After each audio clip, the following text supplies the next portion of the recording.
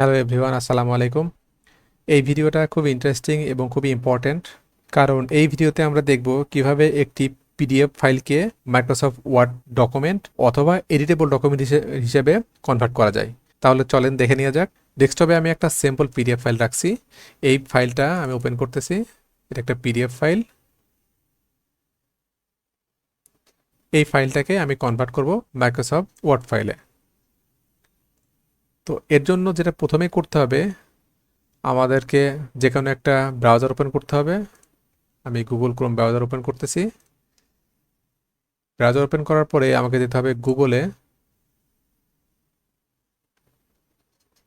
আমার যে কোনো একটা জিমেইল অ্যাকাউন্ট দিয়ে আমাকে লগ ইন করতে হবে, এবং এই ডান পাশ থেকে আপনারা দেখতে পাবেন এখানে যে ডট আছে, এখান থেকে ওপেন করতে হবে Google drive. Google drive open করার পরে আমি যেই ফাইলটাকে কনভার্ট করতে যাচ্ছি সেই ফাইলটা আমার গুগল ড্রাইভে আমি আপলোড করব।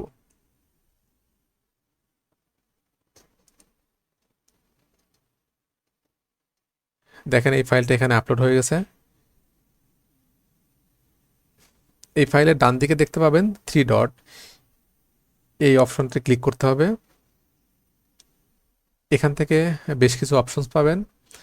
এখান থেকে যেটা করতে হবে, ওপেন উইথ এখানে যেতে হবে।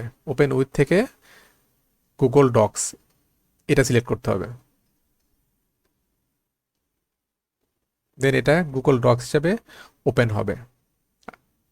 আপনারা চাইলে এখানে এই ডকুমেন্টটাকে এডিট করতে পারেন। দেখেন এটাকে এখন এডিট করা যাচ্ছে, যেগুলো এখানে লেখা যাচ্ছে।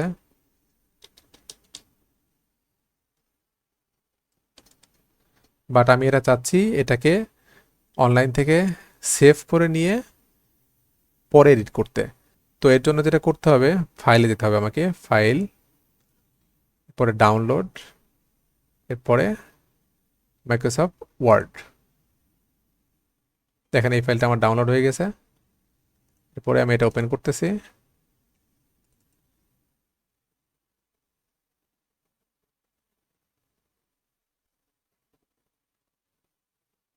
দেখেন এটা ওপেন হওয়ার পরে অ্যাজ ইট ইজ আমার যেরকম পিডিএফ ফাইল ছিল সেইভাবেই মাইক্রোসফট ডকুমেন্ট ফাইলে পরিণত হয়েছে। এরপরে আপনার ইচ্ছা মতো এই ডকুমেন্টটাকে এডিট করতে পারবেন। ভিডিওটি দেখার জন্য আপনাকে অনেক অনেক ধন্যবাদ।